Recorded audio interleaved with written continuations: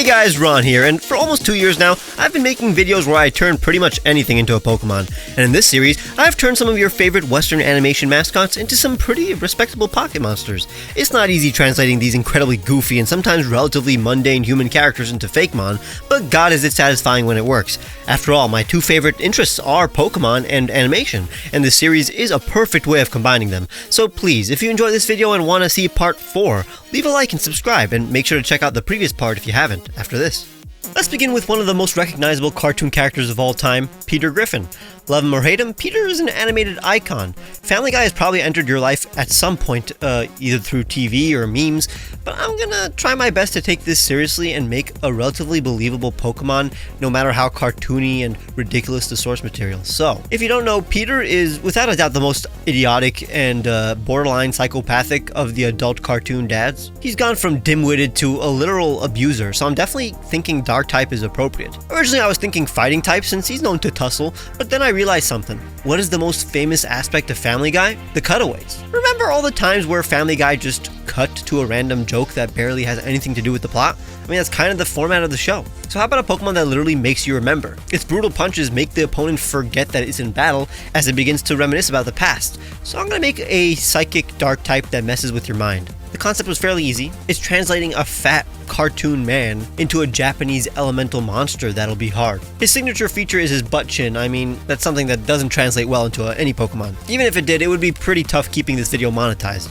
with that chin at least. So I'm gonna take inspiration from another ape that has facial protrusions, the male orangutan, a Pokemon that will be somewhat related to Oranguru. I was originally gonna take inspiration from the Siamang, but the body and shape of an orangutan works way better for a Peter Pokemon. Oh my god, their faces are crazy.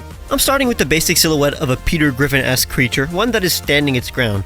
I was originally thinking of an orangutan-like beard that alluded to Peter's chin, but that basically looked nothing like his original chin. Maybe a beard that is closer to his butt chin, like this? I don't know. For now, it's a goatee in the shape of Peter's chin. Shaggy hair was added before I manned up and had the gut to simply give it a Peter Griffin chin. With the lower half of Peter's face successfully transplanted into this Pokemon, I thought it looked enough like Peter to deviate on the rest of the body. He's pretty much like Bigfoot, a Gigantopithecus. The challenge was to try giving him a head that takes some kind of inspiration from Peter. Do I add hair, glasses, or perhaps patterns that look like a brain? I settled for nothing at the moment before finishing off the rest of the body and adding patterns that look hypnotic and serene like brain waves, but will also allow us to give him the colors of Peter's clothes later on. I finally decided to give him this spiky hairdo that both a man and other primates could easily sport in the wild. The colors were originally darker like an actual orangutan and to denote the dark type, but as I was adding the color scheme of Peter's clothes, I thought it wouldn't feel complete until I added Peter's skin color with a bit of pink to showcase the psychic type. The final color palette will include a few more darker colors. Beware, Remembrute, the memory Pokemon, a psychic dark type. On occasion, Remembrute is oafish yet kind, but is prone to being selfish and reckless. They are highly competitive and never go easy in battle. They attack their foes with a flurry of punches that stimulate the brain of their opponent. Their strikes are so devastating, they put their foe in a trance, forcing them to reminisce about the past, all while forgetting that they are fighting Remembrute. Remembrute is extremely lazy, but will work surprisingly hard when they set their mind. While their actions drive others away, Remembrute are highly social and need a family to survive. Groups of Remembrute will often sit in a circle and reminisce. They have a new ability called Cutaway, which is basically reverse emergency exit. When their opponent's HP is knocked to half, they begin to remember the past and forget that they are in a battle, forcing their trainer to withdraw them and send out another Pokemon. Its shiny is closer to the colors I would have given it if I didn't have to make it look like Peter. Honestly, I thought this was going to be the hardest one in the video to design, since it had the least fantastical origin, but the fact that it somehow works is astonishing. I have way more confidence in this video now. Next is Raven from Teen Titans, literally one of the most Googled cartoon characters of all time. Not gonna say why. Same reason I can't show you the usual Google Images page for this character. But you may be thinking, Ron, Raven is a comic book character. Does that count? Well, when I was turning anime characters into Pokemon, all of the characters I used were originally manga characters and nobody batted an eye, so yeah, Raven counts. As the half-human daughter of a powerful demon, she kinda has a plethora of magical and demonic powers. Despite suppressing her demonic side, she's a pretty valiant hero, so despite the mandatory dark type that we're gonna apply to our Pokemon, they're not gonna be evil, but rather masters of the shadows. I'll make a ghost type covered in a cloak similar to Raven's. I wanted to somewhat be inspired by the bird Raven, but not in any way a flying type, so we'll see how that goes.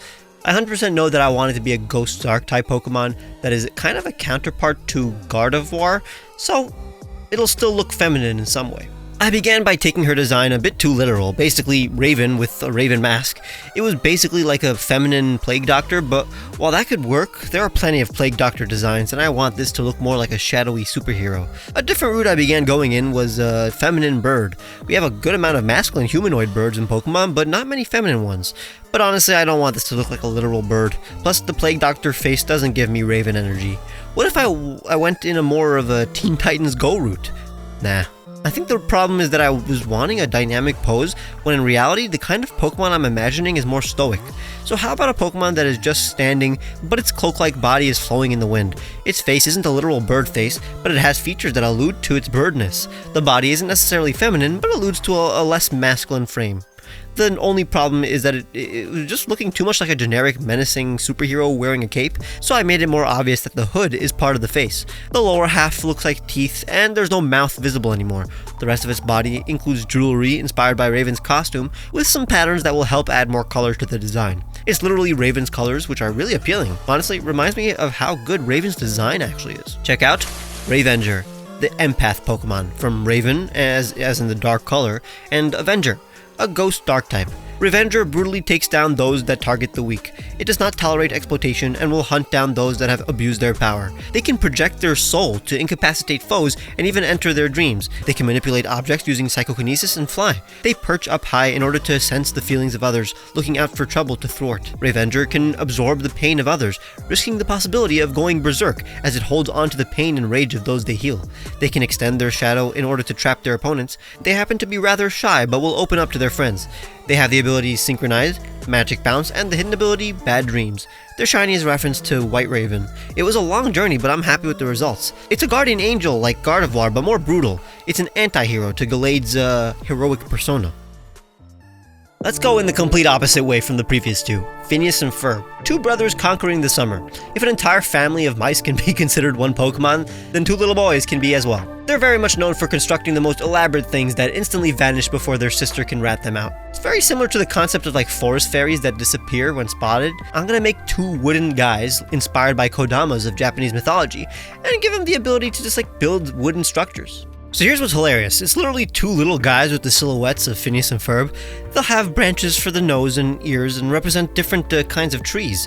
Phineas will have individual leaves on his head, while Ferb has an entire bush. Their eyes are cute little buttons instead of the biologically impossible eyes Phineas and Ferb have.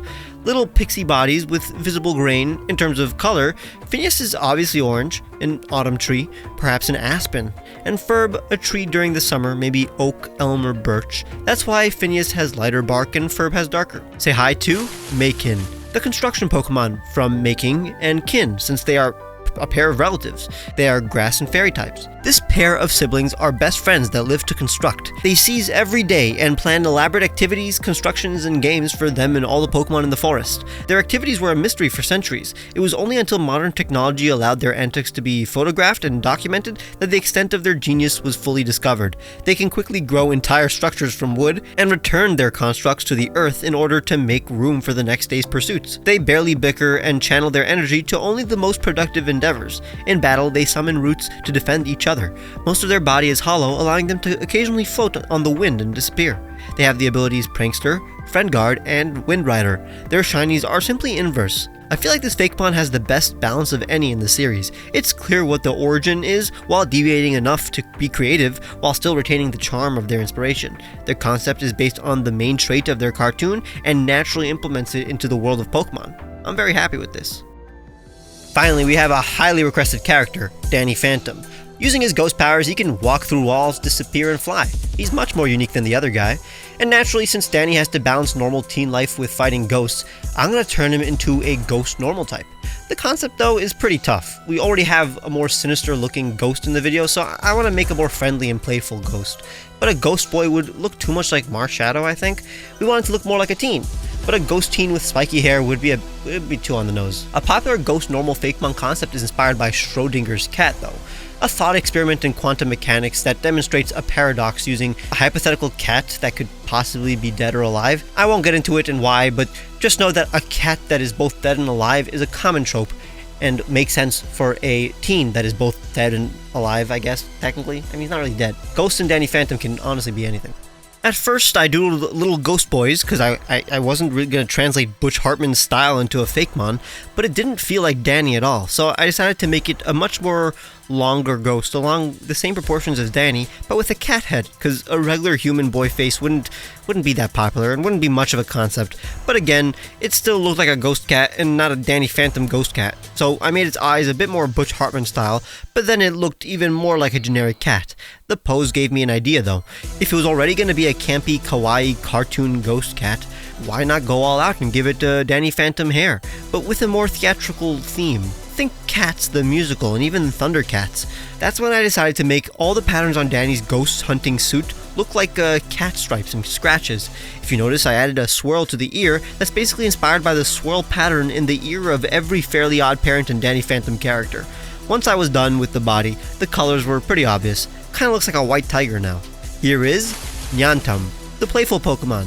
A ghost normal type from Nyan and Phantom. Nyantum are friendly and energetic Pokemon who love to help. In battle, they become intangible, allowing their opponent's moves to pass through them. They can phase through solid matter, vanish, and hover above the ground. They swipe their opponents from a distance, releasing a slash made of ectoplasm that hits their opponent. They can momentarily overshadow their foes, entering their bodies to influence their actions. When it senses danger, Nyantum releases a visibly cold breath.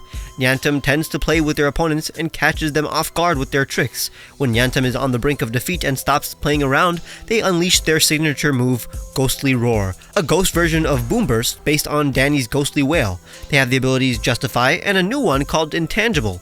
With this ability, Nyantum can only be hit by moves that make direct contact. It can still be hit by non-damaging moves though. Their shiny is closer to Danny's human colors, minus the red. This was definitely the toughest of the four to design. I almost gave up, ending the series completely. But if you want to see more, leave a like and subscribe. Let me know which other cartoon protagonists you want to see me turn into Pokemon, and make sure to check the description for the music I used, the t-shirts I made for you guys, and my Patreon where you can get cool rewards like seeing my videos days early, which you can also do by clicking the join button and becoming a member. Make sure to follow me on Twitter where I show sneak peeks of these designs, and I'll see you guys very soon.